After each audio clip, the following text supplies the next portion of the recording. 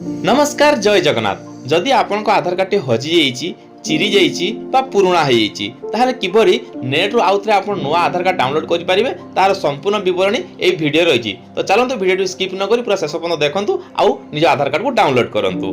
निज आधार कार्ड को डाउनलोड करिया पय हेले प्रथमे निज गूगल क्रोम को जांतु आउ सेटारे माय आधार ए बेले लेखिकि सर्च कर दियंतु। सर्च करि साला परे देखंतु एई बेले गोटे इंटरफेस खोल जिवो जोथिरे फास्ट वेबसाइट ऊपर क्लिक कर दियंतु। एठारे क्लिक कला परे आपण आधार साइट को पहुंची जिवे। देखंतु वर्तमान नुआ इंटरफेस टे खोल जाइछि जोथिरे आधार कार्ड रो विभिन्न सारा पॉपअप शो करछि। सेही भीतर जदि तळको टिके स्क्रॉल करिवे एठारे आपण देखि परिबे डाउनलोड आधार नारे गोटे ऑप्शन अछि। तो से डाउनलोड आधार ऊपर क्लिक कर दियंतु। एठारे क्लिक कला परे आउ गोटे नूतन इंटरफेस खोल जिवो जोथिरे कि आपण आधार कार्ड नंबर देकी मध्य आधार कार्ड डाउनलोड करि परिबे बा एनरोलमेंट नंबर देकी मध्य आधार कार्ड डाउनलोड करि परिबे।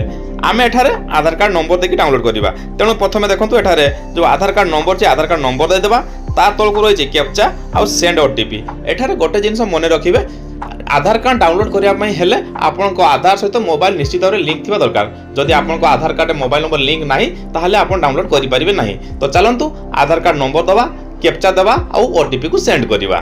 एठारे देखंतु वर्तमान मो आधार कार्ड नंबर देइछि आ कैप्चा मतो फिलअप कर दिछि तापर सेंड ओटीपी ऊपर क्लिक कर दउछि। मु जत सेंड ओटीपी ऊपर क्लिक करिवि देखंतु आपनको रजिस्टर्ड मोबाइल नंबर गोटे ओटीपी जीवो आ सेही ओटीपी एठारे वेरीफाई करिया पई पडिवो। वर्तमान देखंतु हमर ओटीपी आसी जाइछि। तो सेही ओटीपी अनुसार हम एठारे ताकू फिलअप करिवा। ठीक है तळको स्क्रॉल करंतु आ एठारे ओटीपी नंबर को फिलअप कर दियंतु।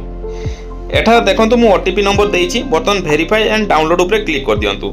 एतिकी करि सल्ला परे आपनकर किछि समय वेरीफाई रे समय जीवो आ तापर देखंतु आपनको आधार कार्ड डाउनलोड हेइ जीवो। ताठारे किंतु गोटे जिंस मने रखिबे आधार कार्ड को डाउनलोड करि सल्ला परे आपन डायरेक्ट ताको ओपन करले ताहा ओपन होबो नाही। आ एठारे देखंतु किछि समय से नउछि वेरीफाई पई आ तापर से डाउनलोड हे गेला। डाउनलोड हला परे एठारे किछि इंस्ट्रक्शन मध्ये आपन देखिया पई पाइबे। जेमिति एठारे देखंतु लेखा आइछि जनका नाम होछि अनिश कुमार। तो सी जो आधार कार्ड डाउनलोड कर ओपन करेंगे तांकर प्रथम नार चारिटी अक्षर कैपिटल लिखिबे अर्थात ANIS ये भाव में चारिटी अक्षर प्रथम लिखिबे आउर जन्म मसीहा जन्म तारीख मन करा जाऊ 1/9/1989। तो सेठारे कौन लिखिबे सी ओपन कला बेलू ना ANIS 1989 तापर आधार कार्ड डाउनलोड होगी ओपन हो। तो चलतु बर्तमान आम जा डाउनलोड सेक्शन आउ करके देखिबा। तो एठारे देखंतु सेही भली भाबरे पासवर्ड मारी सल्ला परे आम आधार कार्ड डाउनलोड हेइछि आ अति सहजर सहित निर्भुल भाबरे डाउनलोड हेइछि। तेणु आपनकर जदि आधार कार्ड पुराना होइतबो बा हजि जाइतबो ताले आपण मध्ये एही भली भाबरे आपनको आधार कार्ड को पाई परिबे अति सहज सहित। किंतु गोटे जिंस मु पूर्वरु कहितली जे आपनको आधार कार्ड सहित मोबाइल नंबर निश्चित भाबरे लिंक थिबार आवश्यकता रहिछि नचेत आपण यहा करि परिबे नाही। आशा करछु आपण समस्त को इन्फॉर्मेशन टी बहुत भल लागितबो। आ जदि भल निश्चित भाबरे मो चैनल को लाइक और सब्सक्राइब कर दियंतु। पुणी देखा हो आ गोटे वीडियो रे। जय जगन्नाथ।